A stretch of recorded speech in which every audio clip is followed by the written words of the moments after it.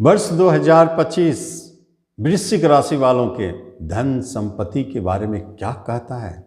क्या हाथ तंग रहेगा या काफ़ी पैसा जमा होगा? घर मकान खरीदेंगे या बिकेगा? वाहन नया आएंगे या बिकेंगे पुराने वाहन? चोट चपेट वाहन से तो नहीं आए। इस अवधि में कोई लॉटरी लग सकती है। शेयर मार्केट क्या रिजल्ट देगा, क्या उतार चढ़ाव दिखा रहे हैं, यही सब तो देखना है। और जब हम विस्तार से इसके अंदर प्रवेश करते हैं तो धन एक ऐसा सेंसिटिव पॉइंट है जहां पर काफ़ी प्रभावित करता है जीवन को। अगर हाथ में पैसा है तो खुशियां रहती है, अब तंग हाल में समझिए कि परेशानी डबल हो जाता है। तो क्या करेंगे वृश्चिक वालों को 2025 में? उनके चारों ग्रह जो वार्षिक राशिफल को दिखा रहे हैं, कुछ चमत्कार करेंगे कि नहीं? नमस्कार, मैं हूं ज्योतिषाचार्य राजेश। अपनी किस्मत अपने हाथ में आपका स्वागत है। आप पहली बार अगर इस वीडियो पे आए हैं तो आपसे एक निवेदन है कि आप इसे सब्सक्राइब भी करें और बेल आइकन भी प्रेस करें। धन का मैटर कैसा रहेगा, वर्तमान समय में कैसा चल रहा है वृश्चिक वालों को? एक बात तो है, तंगी तो बनी हुई है।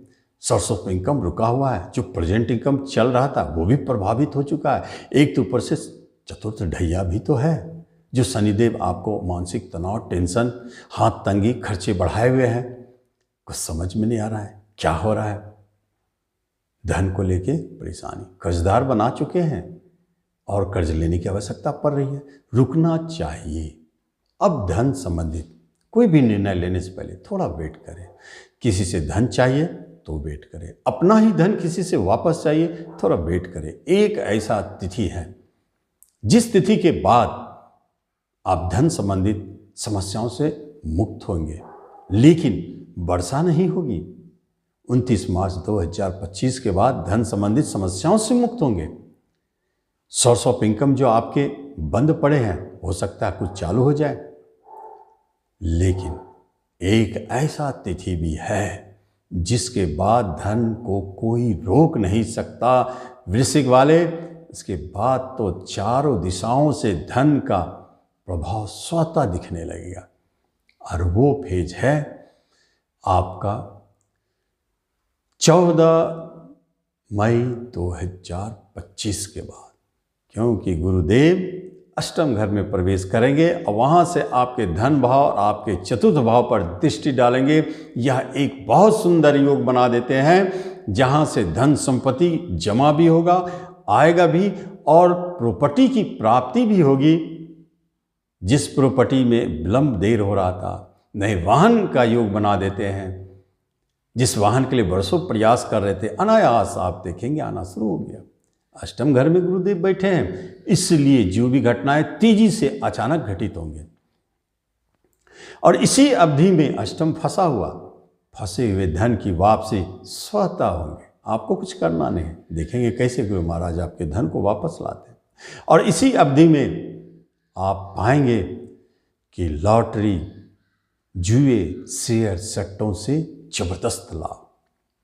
चूंकि राहु देव बैठे हुए हैं पंचम में, भारी उतार चढ़ाव दिखाने वाले, लेकिन 18 को राहु देव भी तो घर बदलेंगे 18 मई को। तब यहाँ पंचम घर खाली और वहाँ सिर्फ शनिदेव बच जाएंगे अकेला। तो शनिदेव आपके शेयर मार्केट में इन्वॉल्व है तो आपको रोकने वाले नहीं हैं, बल्कि शनिदेव संकेत देंगे कि जिस शेयर को आपने खरीद लिया है उसे होल्ड करे, हाथ में रोके रखे। और जितना विलंब करेंगे उस शेयर को पकड़कर, जितना देर करेंगे उतना बड़ा मुनाफा। शनिदेव जल्दी में आपको बड़ा लाभ नहीं देते।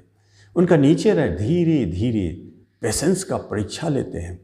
आप एक शेयर खरीद लीजिए 29 मार्च के बाद, और फिर देखिए 29 मार्च के बाद जैसे आपने कोई शेयर खरीदा तो आपको भय लगेगा, डर लगेगा, आपके पेशेंस की परीक्षा होगी।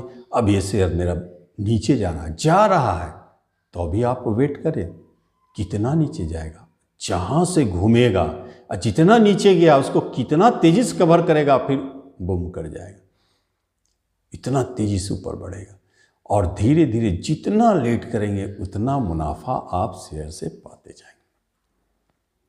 लॉटरी की बात हो रही है, जरूरी नहीं कि लॉटरी लगे, लेकिन बहुत पेशेंस के बाद हो सकता है कहीं लग जाए, लेकिन कोई कंफर्म नहीं।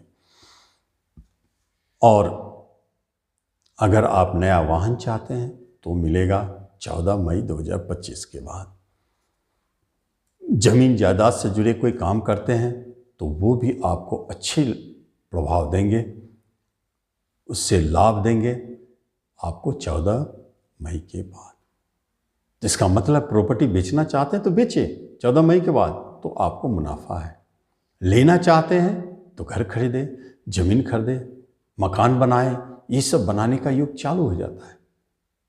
ये समय को आप अच्छी तरह से नोट करें और आप इसको महसूस करेंगे कि ऐसा ही घटित हो रहा है और आप उसका लाभ लें। धन्यवाद।